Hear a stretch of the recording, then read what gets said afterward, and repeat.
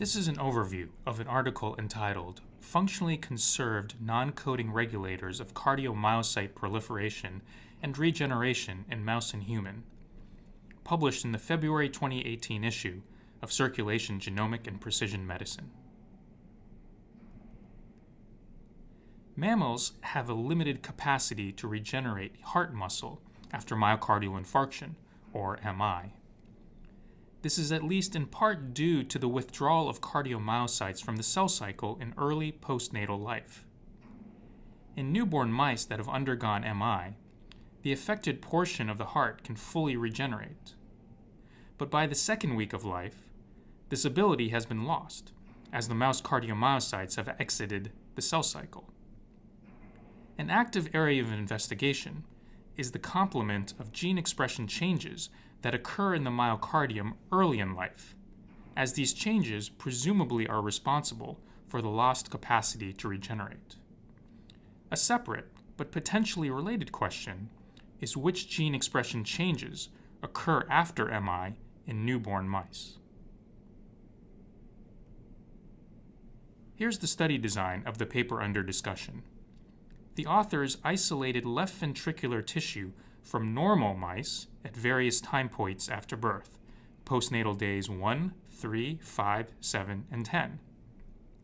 Separately, they induced MI in some mice by ligation of the left anterior descending coronary artery, or LAD, during the first postnatal day, while performing a sham procedure in control mice. They then isolated left ventricular tissue at various time points after the procedure, at postnatal days 3, 5, 7, and 10. The authors then performed RNA sequencing with the tissue samples, using two different protocols that allowed them to characterize both coding and non-coding RNAs, with three types of RNA analyzed: messenger RNAs, or mRNAs, long non-coding RNAs, or lincRNAs, and microRNAs. They specifically asked which RNAs were differentially expressed between various myocardial samples. The authors then performed functional experiments with some of the differentially expressed microRNAs, either knocking down their expression or overexpressing them in cardiomyocytes, and assessing for effects on cellular proliferation.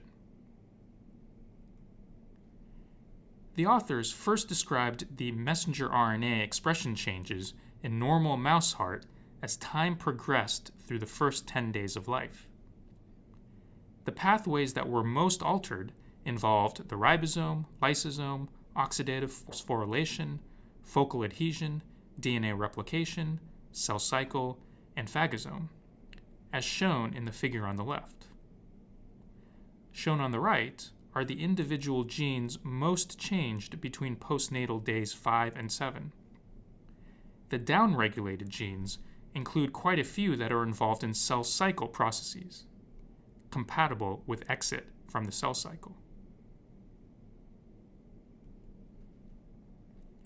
Here are the most differentially expressed lincRNAs between postnatal days 5 and 7 in normal mouse heart. As the function of these lincRNAs are largely unknown, it's difficult to ascribe functional consequences to these changes.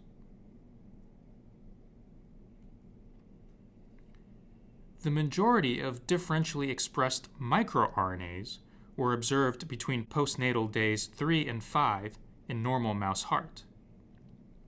The most differentially expressed individual microRNAs between those time points are shown here, with roughly equal numbers upregulated and downregulated.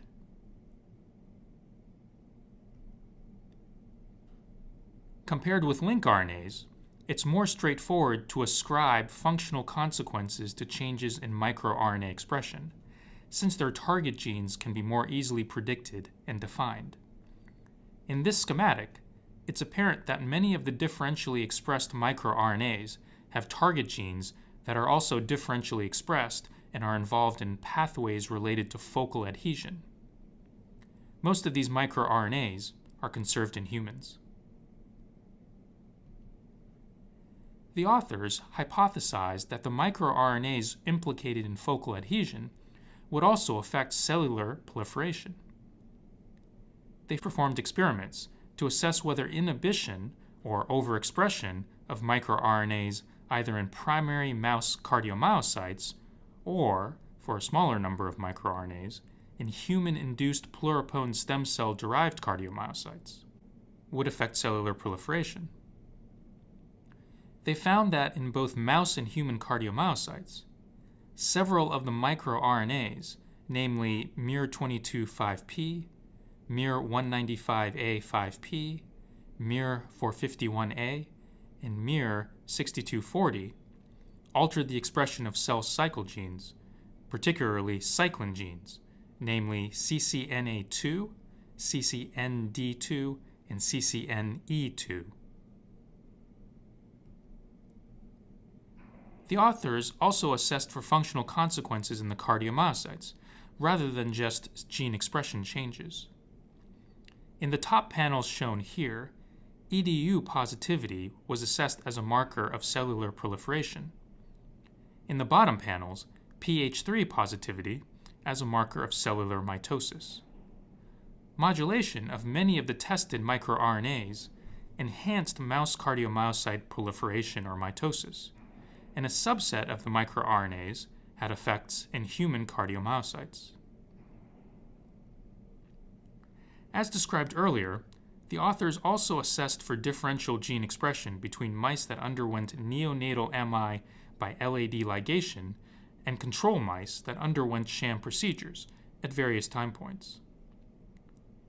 Substantial gene expression changes were observed, but remarkably, almost all of the differences had resolved by day 10, indicating successful regeneration and restoration of the myocardium.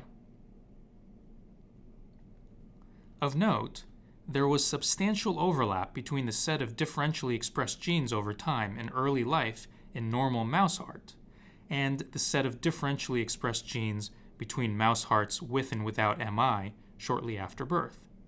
Indeed, 2/3 of all RNA species that were differentially expressed in the post-MI heart were also differentially expressed during normal postnatal development. This suggests a common regulatory pathway for normal postnatal cardiac development and post-MI regeneration.